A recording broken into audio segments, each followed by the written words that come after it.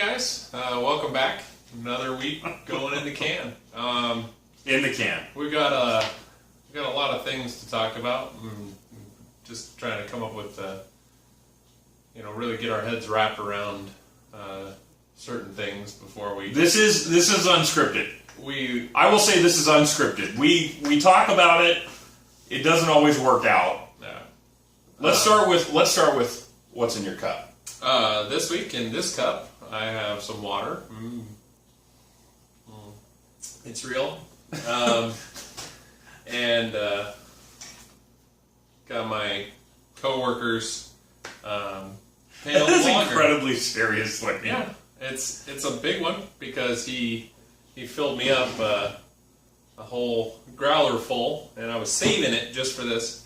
It's Top Down Brewing.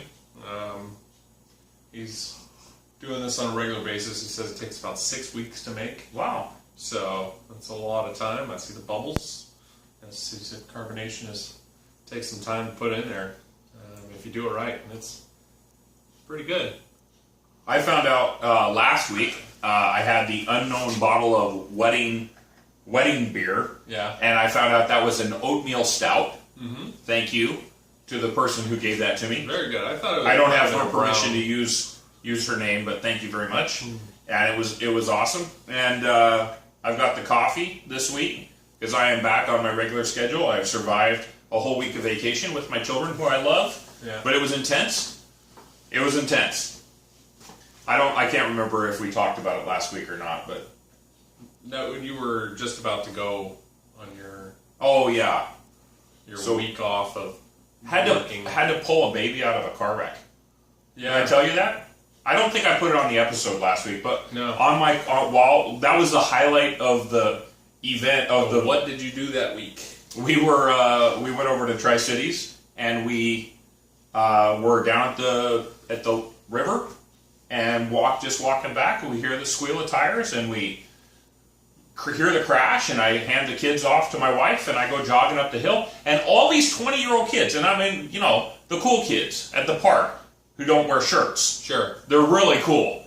Oh, yeah. They go running up the hill as fast as they can. They get all the way up the hill. They pass me right before we get to the corner. They run across the intersection through traffic. No additional car wrecks. They get on the corner where these two cars are smashed into each other, and then they stand there on the corner and they take their cell phones out. And I'm like, I didn't even have time at that exact moment to process. I'm like, what in the heck is your problem? Really? You needed to take your cell phone. They didn't open the car door. They didn't see if anybody was okay. They're like taking a selfie like, hey, check me out. Here, Facebook post update. Here's a car wreck in the background. I'm like, you dumb son of a gun. Yeah. So I opened the door. There was the instigator of the accident to run the red light. And he wasn't high or drunk or anything. I think he was just confused, but he had hurt himself, and he kind of kicked open his door, and he kind of managed to crawl out the side. And then in the other car was a mom and a dad in the front seat, and there was a baby and grandma in the back seat. All the airbags had gone off, broken glass, and I helped the mom get out, and then I reached over grandma. Grandma was hurt pretty bad, and I had the dad help me unbuckle the car seat, and I held the baby and got the baby out, and got mom out, get mom and baby together, get the dad out, and I'm like directing these people, because they're still standing there. We're now 3 or 4 minutes into this wreck. Use one of those. They're still standing there updating their Instagram posts. Call 911. What the heck is your problem? Right? What the heck? This is just so ridiculous. And no effort. None. They're standing there. There's gasoline on the ground. Standing there. And then when they see that the cops were showing up, they still didn't, the family is still there. They don't say anything to the family. They just wander off back down the hill to go look cool again. No, cops showed up. They don't Anyway, that was, and I got more and more and more mad about that activity. There was a nurse who jumped in there, and she was working on it and trying to help these people, and we got the ambulance over, and I helped the mom, like baby and the dad and the grandma went away in the ambulance, and then mom was there with the police officers, and they were answering their questions, and then I helped the mom get the car seat out. By the way, if you're ever in a wreck, or if you're ever seeing somebody in a wreck and they have a baby, help them get the car seat out of the car. I'm going to tell you right now, like you get, because we got in a wreck a year and a half ago, you get in a wreck, our car got towed, our car seats were in the car. So now we're in a hospital 35 miles from our house with no car seats, and there was a blizzard outside, and we're stuck. Take the car seats. Helped her get the stroller, helped her get all of her papers out, got her all gathered up, got her in the cop car, and she went off after the baby. And, you know, high fives, let's go back to work. But it was intense, man. Those kids made me mad, though. They made me mad. If I'd had a few more seconds, I would have slapped a couple of them, but, you know, might not have helped. Yeah. You know, people say, our topic is, we'll get to the topic. People say, yeah, if we get there. People say, though, that now, I hear a lot of people talking about this generation, right? They'll say, oh, these millennial kids, they're 17, 18, 19 years old. They're so entitled. It's a complete lack of respect. I hate kids. You hate kids? I hate kids. Not my kid, not your kids, not all. Why? Little kids are okay. But I hate kids in general. I mean, 20-year-olds? I'm only 30, 31 now, almost 32 in a couple months, and it's like, I look at these 20-somethings, and I'm like, you guys are idiots. Even the ones that are slightly in their later 20s are still making these decisions of like, I just have to party it up right now. And well, we made some dumb decisions when we were 20. Making bad decisions, you know, like whether or not you're going to have a mud fight or sneak out or, you know, steal your parents' car, which, yes, I did it, I know, but that's, like, I made bad decisions. But these kids, after they get caught, there is zero remorse. They make excuses for a while, and then eventually they just give up and say, fine, whatever, do your thing, and then they go play on their cell phones or something. It's, do you walk through the mall, any mall, wow, and you will hate it. You can go into the store that you wanted to go there, but if you were just trying to enjoy you're going to see some loud kids yelling. They're going to be standing in front of the Orange Julius, whatever. I don't know. That's where the people used to hang out. But they're going to just stand around and be loud, you know, and no respect, cussing in front of grandma and the grandbabies and everything like that. Just respect. And if you don't have it, you know, if the parent doesn't instill well, you don't have it by then, you're not going to get it. No. Yeah. You're going to grow up and be a jerk, and you're going to continue to just be an observer with no contribution whatsoever. I kind of feel like that's really about permissive parenting, though. The idea that I made mistakes, so I can't correct the mistakes that I see my child making, and so by me trying to be my child's friend instead of my child's parent and trying to correct their behavior, that and in a lot of cases, there is no such thing as an ultimate moral authority, right? There is no moral code. It's just whatever you can get away with is kind of what you can get away with.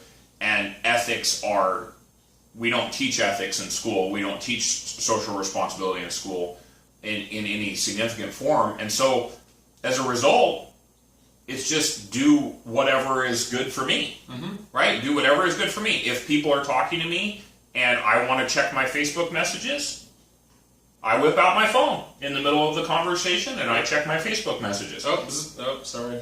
Sorry, my phone buzzed, right? Like, give it the conversation that we're having it's still going on. Couldn't be more important than my Clash of Clans notice of an invasion, right? The conversation that we're having could not be more important than the text I just got. No. Which, to me, I find irresponsible. I feel like my phone can ring and go to voicemail. It has a feature. My phone, I can get a text, and the text can go in the list of texts, and it can be absolutely and totally fine. And it'll stay there for a long time. Well, that's because, like, most of the time my phone is dead, and I forget to plug it in, and my wife, who I love, stashes my charger in the junk drawer, and then I can't find it. And then I do find it, and there's like all my missing screwdrivers are in there. And if I didn't leave all my tools around the house, then that wouldn't happen. So essentially what I'm saying is it's my fault. But that's where it's at. True. Yeah, you gotta...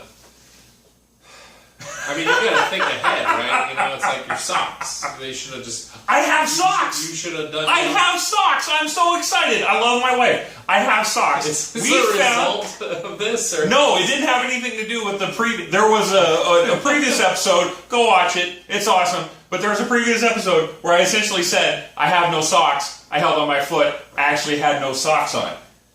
Which there were probably socks in my drawer that day, but I was trying to make a point that I had no socks.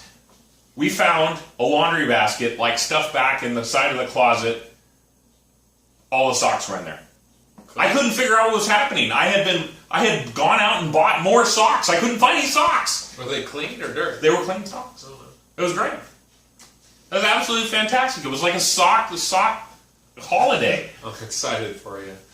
That's Not having my kids don't care if they have socks, and I think as a result their feet stink. But maybe not the boots and stuff. You know, it's sweaty in there. My boy doesn't even wear shoes. No, he just won't. He's just out there running through the dirt. You put shoes on him, takes them off. Front yard, backyard. My daughters are like every day they're changing their clothes like 7 times. My boy, no clothes, nudist. Worried about that. Rocking a diaper. Rocking a diaper. I think boys and girls are different. Yeah. You know, I think it's just the way it is. And well, understanding that is a completely complicated, deep, serious topic in and of itself. My experience as a dad. You could literally put everything in a nutshell. Everybody's different. Everybody. Doesn't matter if you're a boy or a girl. You got a tomboy, you got, girl Tom, I don't know how that Girl Tom? That's whatever those guys, gals, Z's, whatever they are, I don't know.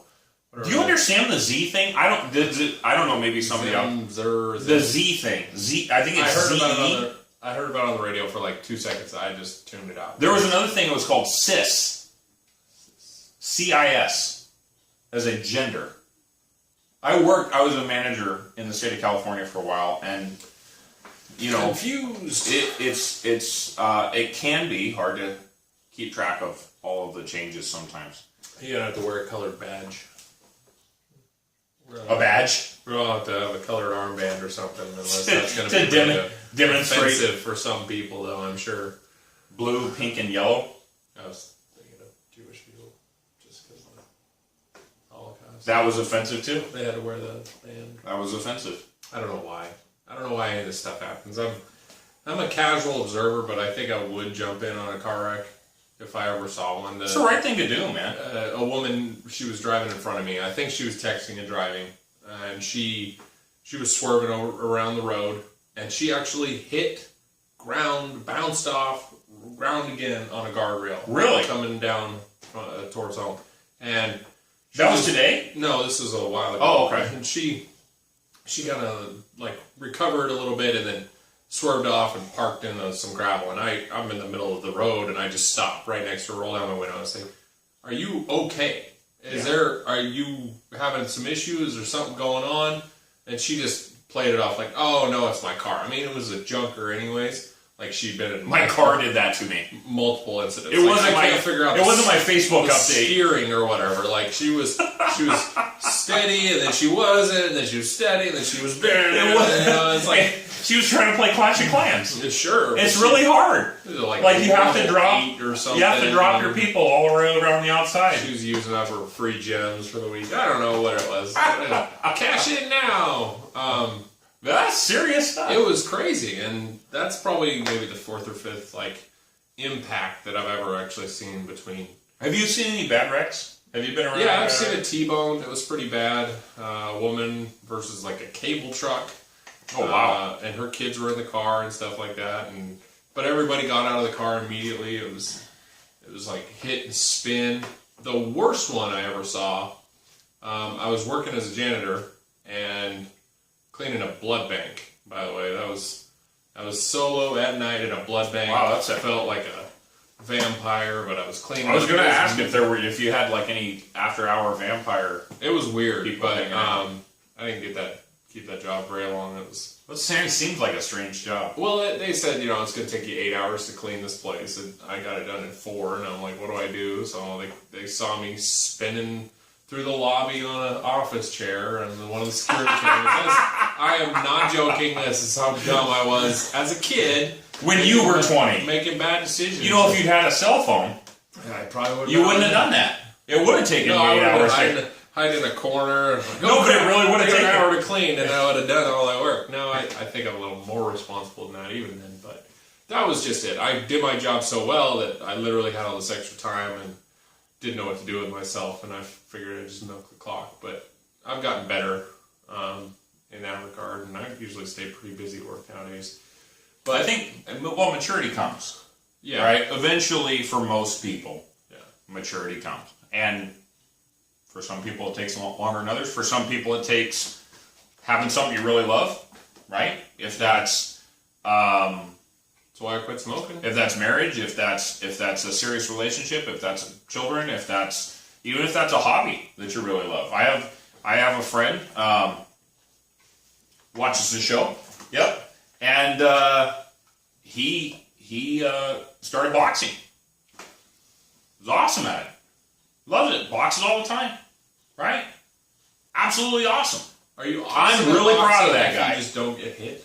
What's that? Is that the? Are you awesome at? No, you're awesome at boxing if you get hit a lot and don't go down. Is it which way? So if you were not in good shape, and now you exercise hours a day and you eat healthy and you go out there and Jiminy Christmas here. I'm keeping it in the cup. Keeping it in the cup. All right.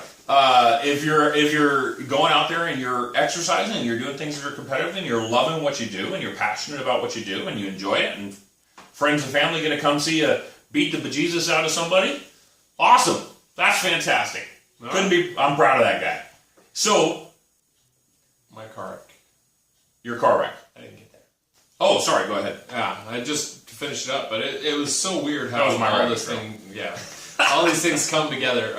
But so I was standing outside, and this is when I was younger, and I was still smoking then. And I'm standing outside by the dumpster after I just tossed a bag of blood in there, and I was like, just watching this car come up the alley because I had parked in this side alley.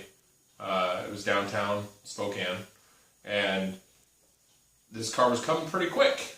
And I said, I should maybe not stand here. So I stepped back against the wall, and this car did not slow down through 3 intersections on the way down to me. I thought they might have been running from the cops. I didn't know what was going on. I'm starting to freak out. I'm thinking about to get hit by this car.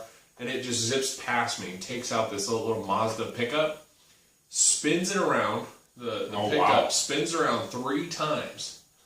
And it took out a car similar to mine in the middle of the intersection, knocked it all the way up across the lane, up onto a curb on the other side. The car turns around, the truck turns around, heads back down the alley past me. Crazy. And zips off, and it's gone. And I'm just, what happened? And I go out and I respond to the wreck, and the guy's fine, and he gets out of the car, and the cops show up really quick. I think I might even helped. I might even call the cops on that one, but cops show up, and I'm a witness. Like, I saw the car come, I saw it hit the guy, I saw the whole thing, I saw which direction it went. I'm like, it went back that way. They left. They were gone for about 25 minutes, then some of them came back and they said, yeah, we followed the radiator fluid trail for like 3 blocks and then disappeared. So it ran out of radiator fluid, so it was a couple blocks further and that thing just blew up. But that guy was running. Yeah. And then the weirdest thing is, I actually was in a conversation with this group of people that I knew. This girl was dating this guy. And I say, oh yeah, there was this car wreck like 5 years ago. And it was in this alley, and I was doing this, and it was this little B2200 Mazda or whatever, took out this other Mazda car, and I was like, because it was the same car I drove, the guy's like, I think that was me driving. What? Yeah. What? I found out later. You like casually run into the guy at a guy party? was like shooting up heroin or something. Like, I mean, this guy was nuts. And I'm like, wow, okay. So what do I do in this situation? You know, and I didn't have his information. I didn't know who he was. You know, call the cops maybe then and there, but Wow. it was just crazy how small town that place was. But Sometimes you run into people. yeah, I think, so we're not quite to the end of the video, but I think obviously our video kind of took a direction different than we discussed in our pre-production We're meeting. way off script. We're way off. We're way off. But I think that maybe there's a lesson in there somewhere about life, right? If you don't react to people in trouble, if you don't, yeah, if you are that's kind of where I was less gonna go. than a casual observer or more than a casual observer to just whatever's on my phone is more important than the thing that's happening in front of me. And I even had that this weekend. You know, we had a great weekend, thanks to my wife's boss, and he took us out to this lake, the cabin. No, it's basically a beach house. It's a beach house out on the coast here, and the weather wasn't the best, but it was over 4th of July weekend. That's Happy awesome. 4th for everybody who got to blow something up. Hopefully all your fingers are intact. Yeah. We're out there, and you know he's taking his hard-earned money and he's supporting this company, his own company, and he's contributing to other people through his earnings. He pays for everything. He takes us all out there and pays That's for awesome. all the food and everything, and it's awesome. And he's not just waiting for the next thing to come in and he's pocketing the change or whatever. He's like, I need to build my network. I need to keep the people that I have, you know, happy so that I can have a good base to work from. And I mean, this guy's giving to charity all the time and stuff, and he's involved in everything he can be. It's really nice to see somebody like that who goes above and beyond and out of their way to make other people That's awesome. happy. And controversial, or conversely, rather, Yeah. you have the people who take selfies at a car wreck. Yeah. And life. And Selfish. And yeah, and so that can apply to a lot of different types of issues. But I think if you're the kind of person who sees those people, right, you almost can't invest the emotional energy to try to save them from that behavior, right? Like you You're can't gonna see a point, you can't but change them. they're not You can't your fix kid. them. But it's like, don't be the person who takes selfies at a car wreck. Just don't be that person. Don't be the person who doesn't go to help people in need. And there's dangers, right? If you're, a single motorist driving in the middle of the night and you see a 6 foot tall, right, serial axe murderer looking dude broke down on the side of the freeway holding a hatchet, maybe don't stop. Crack the window. And say, "Are you okay?" You don't have to actually stop, but you could say the same. But in general, rushing to the aid of the people around you. And I don't know this couple. I didn't get their number. I have no. I didn't. Not that I would ask for money, but I didn't try to solicit. I just helped them and said, "I hope you're okay." And my wife was able to come up at the end and try to help comfort the wife of the mom of the baby, and try to help her out and go on it, right? And she said, "I'll be praying for you," and off she went down the road, right? And try to help the people that need help. Like, I find myself a lot of times, especially in work situations, I'll talk to people and there'll be this really serious issue in their life. And at that moment, they're struggling with that issue.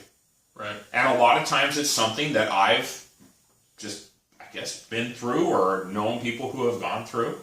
And sometimes just saying, "Hey, I understand. I understand. That's a really hard situation." Right? I don't ignore it and say, "Oh, I'm sorry to hear that," and then leave the conversation. Right? Like, That's like taking a selfie at a car wreck. Some people want the sounding board, but I think a lot of people, if they open up to you at all, they are really looking for some sort of advice. Now, Absolutely. You give them some advice, and they just turn right around and smack you down. Like, Sure. I didn't ask for advice. I was just telling you.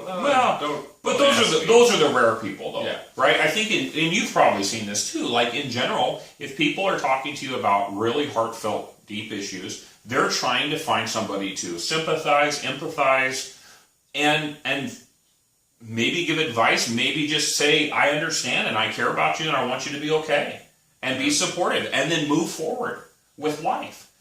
But don't take a selfie at the car wreck. If that's the key, is just give yourself or analyze the situation, but react before you. I'm sorry. This is some good stuff. I'm starting to put down a little bit more. It's late for me, but you had a long drive too. We had a long drive. There was a couple wrecks in front of us. It turned our 2-hour drive into almost a 4.5-hour drive coming back from the coast today. So, yeah, we really enjoyed that, and we want to continue to enjoy his generosity as long as we can. I mean, he's a really nice guy, and I hope he's happy with everything that he gets to do for everybody else. Because people who don't appreciate other people they suck. So. People who take generosity for granted. Yeah, and there's an end to generosity if you take it for granted too long. Like I've seen it myself.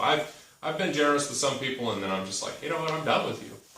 I don't have time for that anymore in my life. And that's a whole other topic I would love to talk about. Like I know you've gone through this. I've had the people that we've had move into our house. We've tried to help them out, get jobs, and give them a place to stay, and try to give them advice on finances, and try to get them back up on their feet. It takes a couple of weeks, and then they're just and most of the time it hasn't worked out.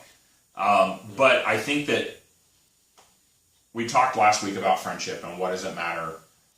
That it makes your life better, right? To invest in the lives of other people, and I think that helping people in need, even if they're not your friends, even if they're just a stranger that you know for 15 minutes at a really horrible situation or a really horrible point in their life, offering to help, somebody load a package into the back of their car, offering to pick things up for a stranger when they spill in front of you. I mean, those are things that your kids see. Those are things that are impactful to your life. Those are things that make your life better. Mm-hmm. And I think it's the right thing to do. And to not be those kids that ran past me and got there first and didn't try to help. Don't be selfish, people. Don't be selfish. Be considerate when you can, but if you have to take a selfish moment and you're taking a selfie, I mean, do it in a long line to a concert or something and say, yeah, I'm checking in, whatever. But when it matters, step up. Because maybe the person that you help or save, maybe they're your neighbor, or maybe they're just somebody you meet for a minute. Just be there. So it's the right thing to do. Yep. Well, guys, thanks for watching this week. We really appreciate all you guys who share this and who have liked and helped us out. I'm super thrilled with how the channel's going so far. We really enjoy what we're doing and making this. So, yeah. Thanks for watching.